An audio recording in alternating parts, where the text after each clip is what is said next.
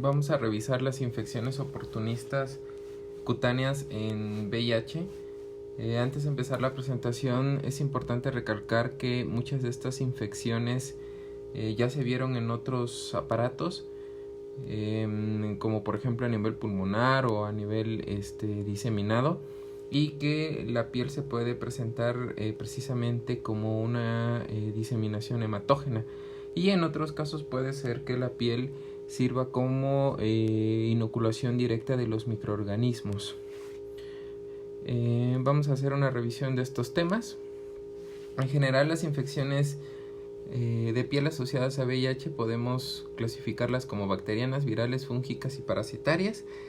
Y dentro de las bacterianas, las más frecuentes son las causadas por estreptococos, estafilococos y menos frecuentemente por gram negativos, entre ellos pseudomonas, causando celulitis, ectima e impétigo, la angiomatosis bacilar, sífilis y micobacterias. Dentro de las virales tenemos a herpes, virus de papiloma humano y citomegalovirus principalmente. Dentro de las fúngicas tenemos otras como las candidiasis, las tiñas, criptococosis, histoplasmosis y otras, y parasitarias como escabiosis, leishmaniosis y otras también. Vamos a empezar con las infecciones bacterianas. Primero, dentro de las más frecuentes tenemos los agentes etiológicos, como ya se había mencionado, estafilococos y estreptococos piógenes, como causantes de foliculitis, impétigo y celulitis. Es importante recalcar que las personas que viven con VIH son portadores de Staphylococcus aureus resistente a meticilina en aproximadamente el 8.2% comparado con el 3% de la población que no tiene VIH, y que de estos pacientes seropositivos para VIH colonizados con estafilococos resistentes a la meticilina, el 55% desarrolla una infección posterior. Además, característicamente, estas infecciones suelen ser recurrentes y ocurren hasta en el 41% de los casos a 4 meses del cuadro inicial. Y es común que ocurra en sitios de inserción de catéteres o se sobreinfecte con cualquier dermatosis previa. Aquí se muestra la imagen de una foliculitis en la espalda. Esta foliculitis es principalmente causada por microorganismos Staphylococcus aureus, y se trata de un proceso subagudo inflamatorio que afecta a lo que es el folículo pilosebáceo y que se caracteriza principalmente por pápulas, pero también pueden ser pústulas difusas en cualquier localización alrededor de los folículos pilosos, y pueden ser de tipo acneiforme. Suelen ser más frecuentes en el tronco, en las ingles o en la cara, y las lesiones pueden ser incluso pruriginosas. El impétigo está causado principalmente por dos bacterias que son Staphylococcus aureus y Streptococcus piógenes, similar a la foliculitis. De manera general, el impétigo se clasifica en dos tipos, que es el no ampolloso y el impétigo ampolloso. El impétigo no ampolloso, que es como el que se muestra en esta imagen, está causado principalmente por Streptococcus piógenes, a diferencia del impétigo ampolloso, que está causado por Staphylococcus aureus principalmente. El impétigo no ampolloso se caracteriza por lesiones pequeñas parecidas a ampollas que pueden romperse y dejan una costra amarilla, y pueden aparecer en cualquier parte del cuerpo, pero generalmente es más frecuente que aparezca en la cara, en los brazos y en las piernas. Ahora, el impétigo no ampolloso es muy frecuente que ocurra en los niños, y puede ocurrir por rascado directo, por picaduras de insectos o por cualquier otra condición que genere una solución de continuidad en la piel. En el caso del impétigo ampolloso, está ocasionado principalmente por Staphylococcus aureus. Se considera un marcador de riesgo de infección por VIH, ya que en un estudio que se menciona se encontró que la incidencia anual de impétigo buloso es de 0.015 sujetos, en contraparte con el 0.045 de personas que tenían VIH. Es decir, los pacientes que tienen VIH tienen una incidencia de 3 veces más de impétigo ampolloso sobre los que no tienen VIH. Y el ectima es también otra infección bacteriana, principalmente por estreptococos y estafilococos.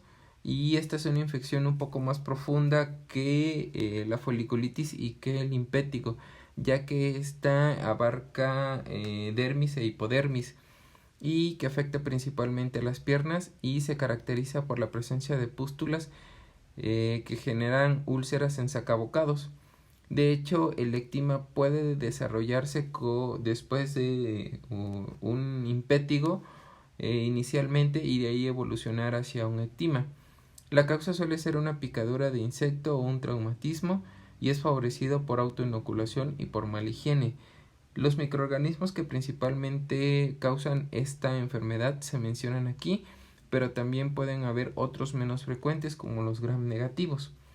Por ejemplo, en esta imagen de la derecha se observa la lesión característica del ectima, que es una úlcera de bordes bien definidos, que da la apariencia que fuera en sacabocados.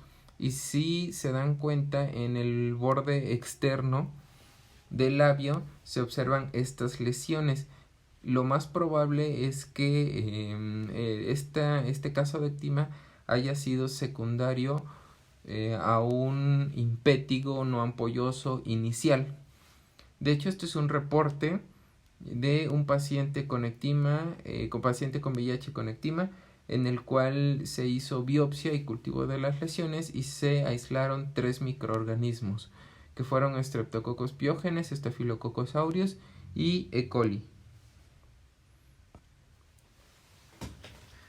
Otras infecciones bacterianas comunes en los pacientes con VIH son los abscesos, como se observa aquí, un absceso perianal en paciente con diagnóstico de VIH, en el cual pues le realizaron incisión y drenaje con un desarrollo de Staphylococcus aureus. Entonces, es muy importante tener en cuenta este microorganismo cuando exista una infección cutánea en un paciente con VIH. Y en este caso, en la imagen de la derecha, tenemos el ectima, donde se observa la clásica úlcera de bordes bien definidos, redondeada. Y en este caso también fue de un paciente con VIH, donde el cultivo de la lesión desarrolló Streptococcus pyogenes. En cuanto al ectima gangrenoso, es una infección más severa que el ectima clásico que ya se había mencionado y que está causado principalmente por Pseudomonas aeruginosa, pero también puede estar causado por Staphylococcus aureus. A diferencia de la anterior, que era una infección localizada a piel, como es el ectima, en el caso del ectima gangrenoso hay invasión a los vasos sanguíneos. De hecho, hay una vasculitis que genera una necrosis del tejido, una necrosis de la piel. Y está causada por, en el caso de Pseudomonas, por la exotoxina A, y en el caso de Staphylococcus aureus por la alfa-hemolicina y por la leucocidina de Panton-Valentin. Y aquí la lesión clínica es resultado de la invasión bacteriana de la capa media y adventicia de las arterias y venas de la piel, que ocasiona necrosis secundaria con liberación de enzimas y toxinas bacterianas. En el caso que se muestra en esta imagen fue de un ectima gangrenoso ocasionado por Pseudomonas aeruginosa.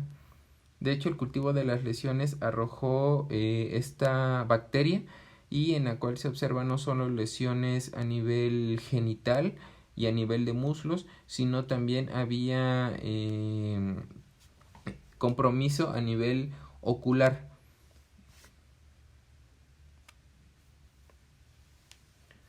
Siguiendo con las bacterias, otro de los microorganismos oportunistas que dan manifestaciones cutáneas es la angiomatosis bacilar, que está causada por dos agentes etiológicos, que es Bartonella, que pertenecen al género Bartonella, y está causado por Bartonella henselae y Bartonella quintana. Estas son bacterias gram negativas, intracelulares y facultativas, y tienen un tropismo muy particular por las células endoteliales y los eritrocitos. Las infecciones por estas bacterias son más frecuentes en pacientes que tienen VIH y recuentos de CD4 por debajo de 100. De hecho, es muy importante considerar a la angiomatosis bacilar en el diagnóstico diferencial de pacientes que se presentan con VIH y fiebre. Ambas especies pueden ocasionar lesiones cutáneas y las lesiones subcutáneas y las lesiones óseas son más frecuentes con Bartonella quintana, a diferencia de Bartonella henselae, que causa peliosis en el hígado y el vaso. Característicamente la angiomatosis bacelar se debe a un proceso angioproliferativo, que cuando hay compromiso del hígado y del vaso, es decir, estas lesiones angioproliferativas se encuentran en el hígado y en el vaso, se conoce como peliosis. Los gatos son el reservorio de Bartonella henselae y estos adquieren la infección a través de las pulgas del gato cuando son portadores de Bartonellas de cualquiera de las dos especies que ocasionan angiomatosis bacilar.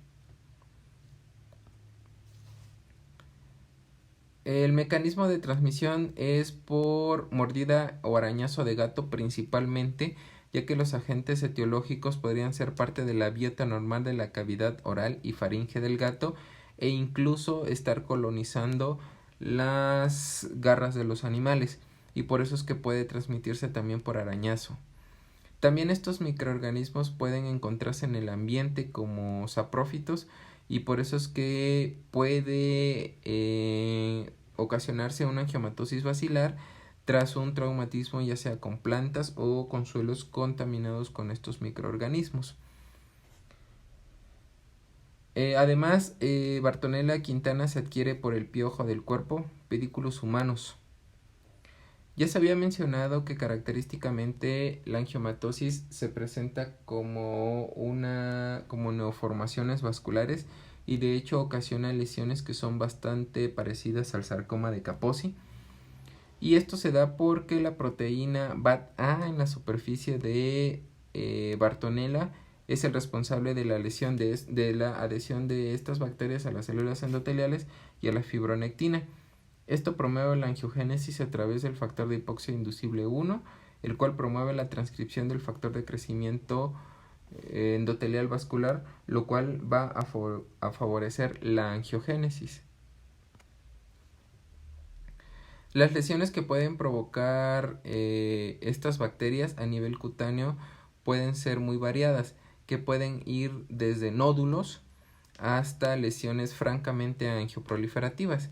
En este caso observamos nódulos en la cara, principalmente en la nariz, que de hecho tienen un aspecto poco parecido a lesiones angioproliferativas, a diferencia, por ejemplo, de estas, en la cual tenemos una lesión retroauricular y lesiones vulvares por angiomatosis bacilar, en donde hasta el cambio de coloración se ve diferente, se ven lesiones violáceas, a diferencia de las anteriores en donde son más bien nódulos. Tenemos otras lesiones de angiomatosis bacilar, estas también son bastante características y se observan de color rojo a violáceo, y también están constituidos en algunos por nódulos. Aquí tenemos también otra imagen en donde tenemos un nódulo angiomatoso en el dorso del dedo medio, y tenemos una pápula también en forma de cúpula en el mismo paciente. Aquí se observan las lesiones y estas también son bastante características de angiomatosis bacilar. Y no solo se pueden presentar como lesiones angioproliferativas, sino también como nódulos subcutáneos. Por ejemplo, en el caso de este paciente en donde tenemos nódulos subcutáneos y además es un paciente que tiene sarcoma de Kaposi concomitante en el canto medial del ojo izquierdo y tenemos los nódulos subcutáneos por angiomatosis bacilar.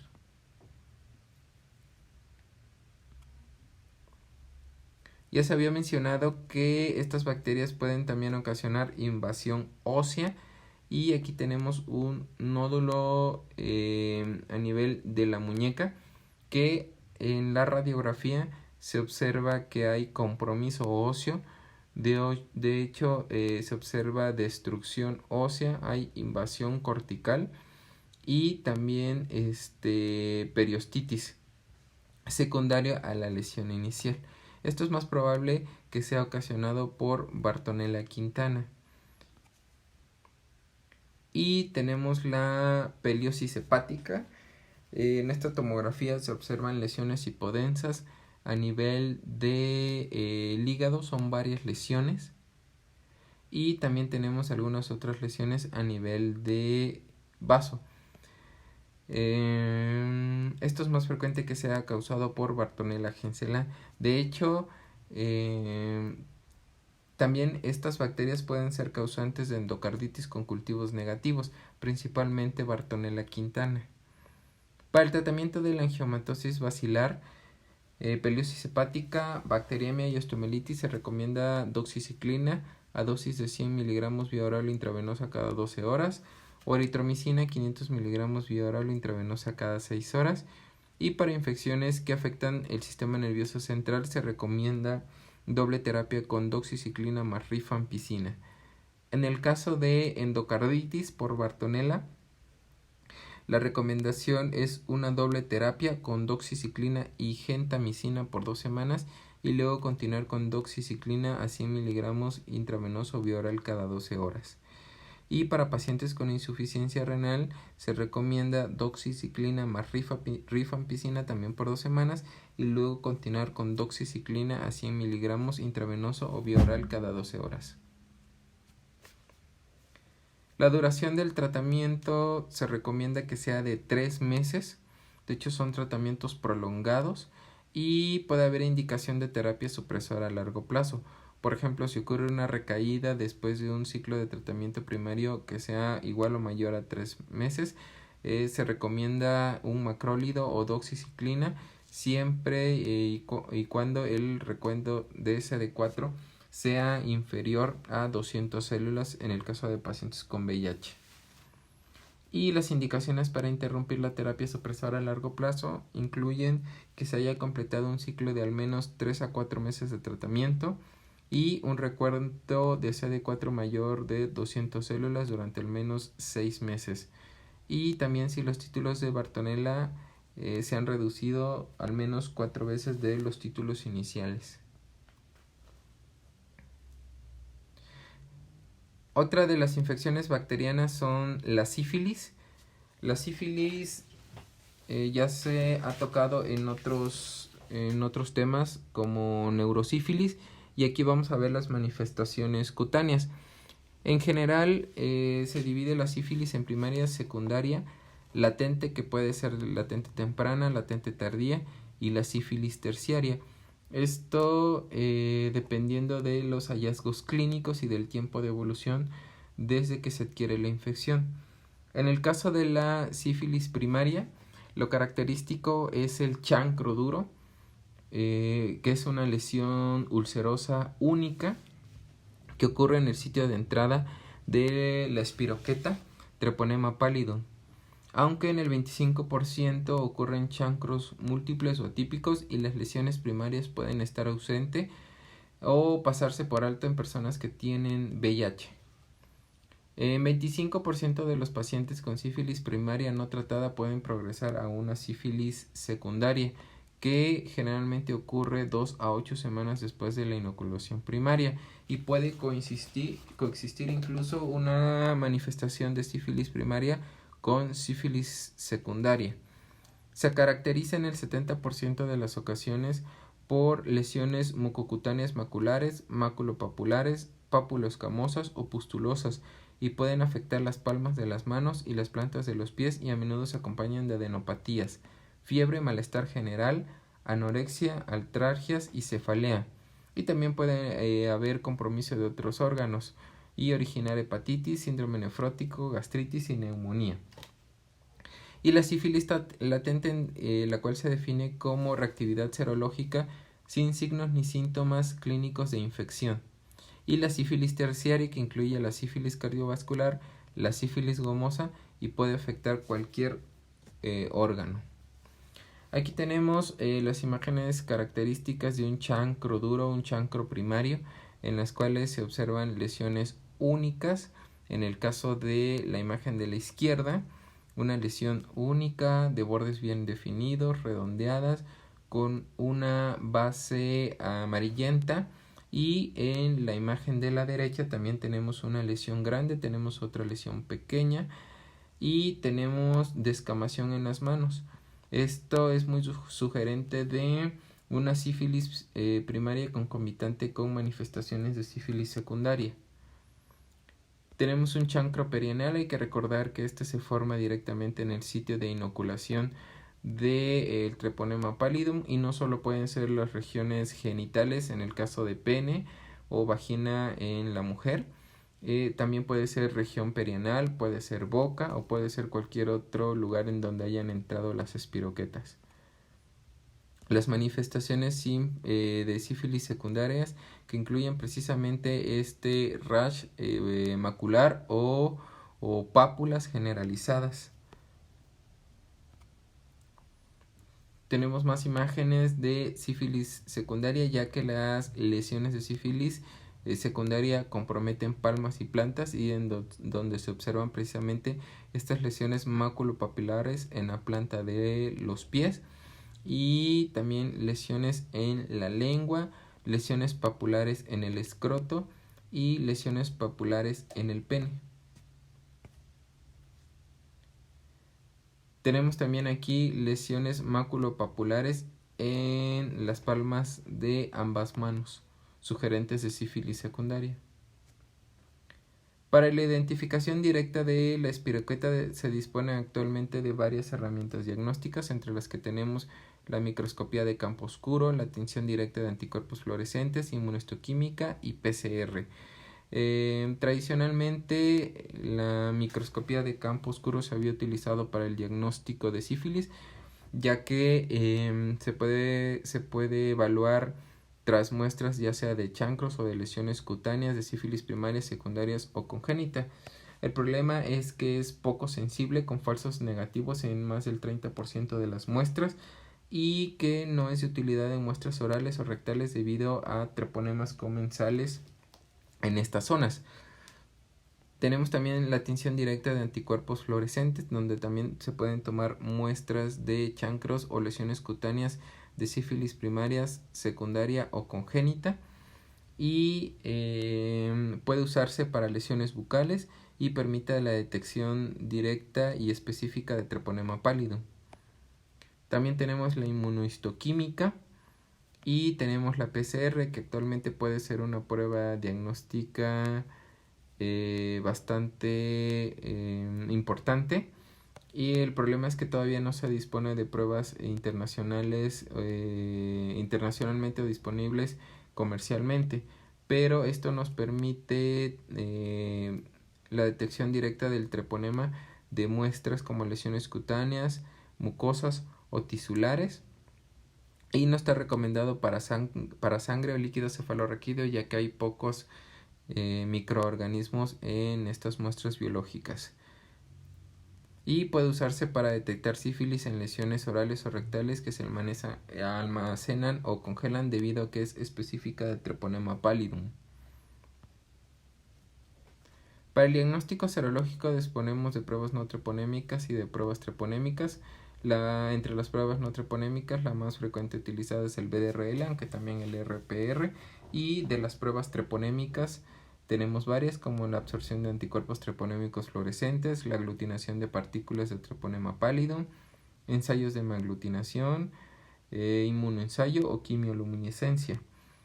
En el caso de las pruebas no treponémicas, generalmente son pruebas semi-cuantitativas o cuantitativas, a diferencia de las pruebas treponémicas, que son pruebas cualitativas. Ambas son pruebas que nos permiten identificar ya sea IgG o IgM, pero en el caso de las pruebas treponémicas está dirigida contra antígenos de Treponema pallidum, a diferencia de las pruebas no treponémicas, que son pruebas no específicas y que más bien están dirigidas contra fosfolípidos de células dañadas por la espiroqueta y que pueden originar falsos positivos o reacciones positivas en otras condiciones en las que no son sífilis. Tradicionalmente, el algoritmo diagnóstico para sífilis es iniciar desde una prueba no treponémica y realizar una prueba confirmatoria. Y en caso de que ésta resultara positiva, la recomendación es el tratamiento, pero actualmente también hay otro enfoque en el cual podemos ir desde una prueba treponémica que incluye inmunoensayo o quimioluminescencia hacia una prueba no treponémica y en caso de resultar positiva ofrecer tratamiento. Cada uno de estos enfoques tiene sus pros y sus contras. Por ejemplo, en el caso de el abordaje tradicional, en el cual inicialmente se solicita una prueba no treponémica, puede ser que en etapas muy tempranas de la enfermedad, o puede ser que ante un efecto por zona puedan ocasionarse resultados falsos negativos. Y con una prueba inversa, en la cual vamos desde una prueba treponémica, puede ser que si no se realiza de manera adecuada y esta prueba da positiva, se esté cayendo en un sobretratamiento de los pacientes. Por eso es que los algoritmos vienen bien especificados y se deben de realizar de manera adecuada. Para el tratamiento de la sífilis en etapa temprana, ya sea sífilis primaria, sífilis secundaria o sífilis latente temprana, la recomendación es penicilina benzatínica a dosis de 2.4 millones de unidades intramuscular por una dosis. Y las terapias alternativas incluyen doxiciclina, ceftriaxona y acitromicina. Y en el caso de sífilis latente tardía o sífilis latente de duración desconocida, la terapia preferida es penicilina G benzatínica a dosis de 2.4 millones de unidades intramuscular semanalmente por 3 dosis. Y la terapia alternativa en pacientes alérgicos a la penicilina incluye doxiciclina a dosis de 100 miligramos vía oral 2 veces al día durante 28 días. Y en caso de etapa tardía de una sífilis tardía, la recomendación es realizar un examen de líquido cefalorraquídeo para descartar neurosífilis y, si se documenta, tratarlo con penicilina cristalina a las dosis ya mencionadas en otros temas. Y aparte, una vez finalizado el tratamiento de la neurosífilis, continuar con penicilina G benzatínica, dosis de 2.4 millones de unidades intramusculares semanalmente por 3 dosis.